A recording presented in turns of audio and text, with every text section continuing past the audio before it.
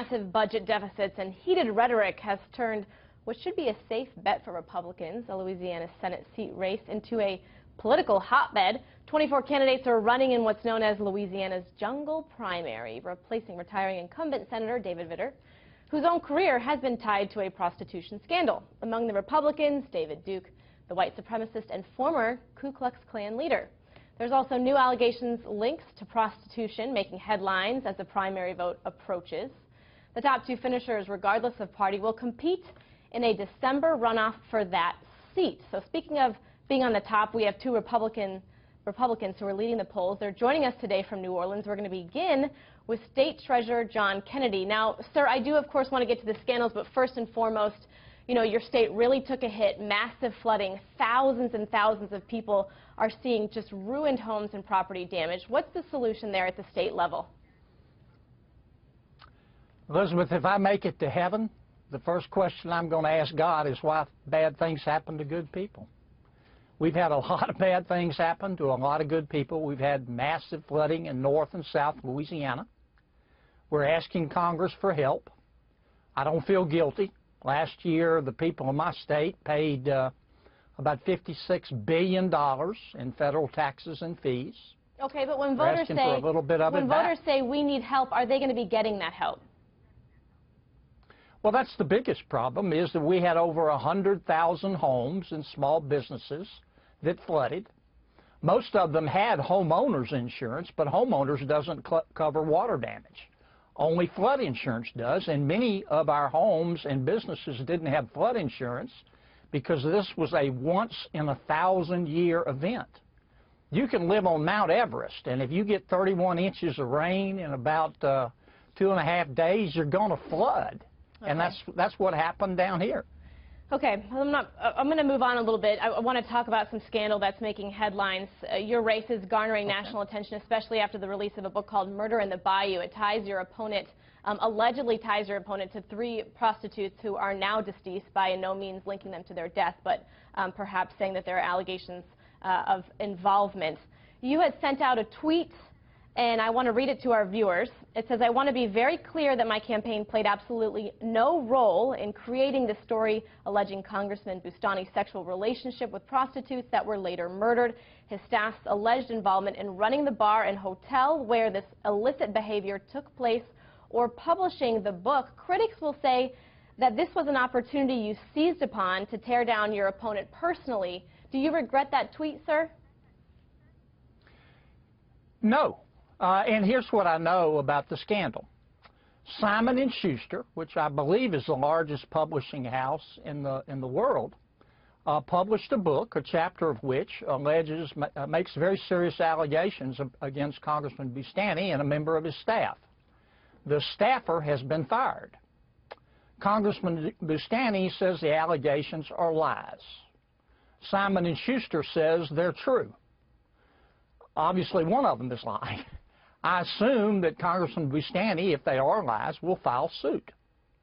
I had not made a comment until the Boustany campaign sent out an email to some of my supporters suggesting, implying, that my campaigin and other campaigns were behind the book. Well, there was another campaign, if I can, sir, Representative John Fleming, who's another candidate in the running, has sent out a tweet and very briefly said, we pray Charles can address these scandalous allegations so we can return the campaign to discuss national policy issues rather than instance of alleged personal misconduct. So are we focusing on the issues here ahead of the jungle primary, especially in a field that's so large? Well, there's serious allegations. I mean, I didn't make them. I didn't write the book. Simon & Schuster and the author made them. It becomes relevant to my campaign when somebody suggests that I had something to do with the book.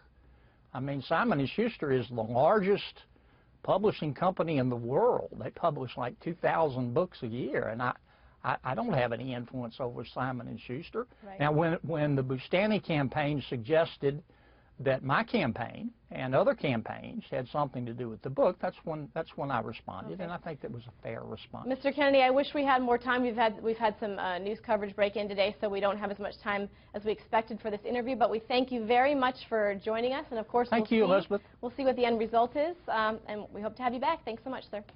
And this is not any normal Senate race. The headline of the Washington Post story about this Senate race reads, "A new prostitution scandal roils a Louisiana Senate race." Joining us now, Republican Congressman Charles Boustany. Congressman, I want to give you a moment to respond to what we heard a couple of minutes ago.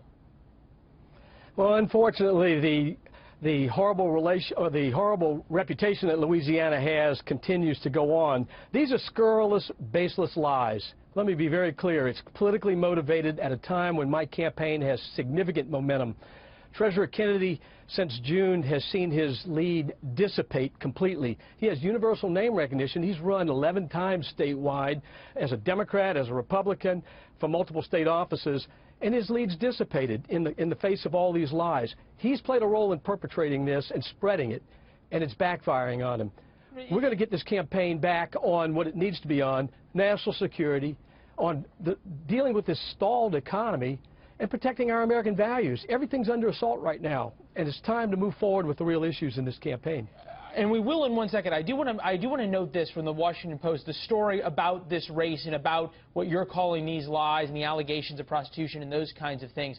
A professor down at Louisiana State University criticizing your opponent, Mr. Kennedy, saying they're denying what they're doing while they're doing it, speaking to the point that you just made. It's pretty breathtaking in its audacity, and he seemed to at least sort of insinuate those same things a couple of minutes ago. Why?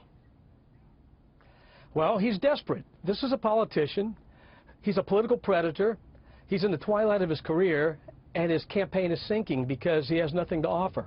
The bottom line is this: we have a campaign with a lot of momentum right now. We are building. We're going to run first in November, and there'll likely be a runoff. And I think he's desperate, and he's been very, very complicit in spreading these lies immediately once there was information about this book. But let me tell you, Congressman, you say scurrilous. You say that he has nothing to offer. I'll give you a minute. What do you have to offer?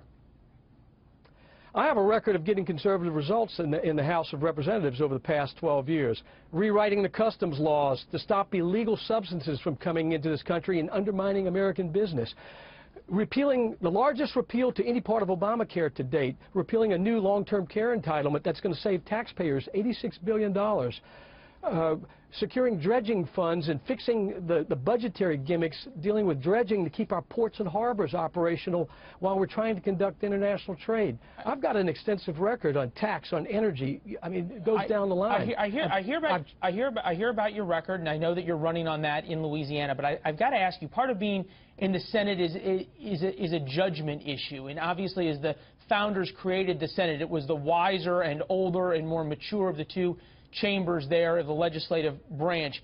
And I'm wondering what, if it goes at all to the issue of judgment, that you had this staffer on staff who I don't think anyone would question whether or not he was involved in running this Bordeaux Inn where these 8 women who were prostitutes hosted clients. Why keep him on the staff? Why have that liability? Well, we didn't know about this until this just broke, and he hid this from us. And when we found out about it, we immediately terminated his deal. He actually offered his resignation and felt shame that he hid this from us. We have no relationship with him now in my official office. We didn't know about this until this broke, and he deliberately hid it from us. All right, well, that's your answer. We appreciate your time, sir, and coming on to talk to us about this. Wish you luck in the days and weeks ahead, and come back and talk to us again, Congressman.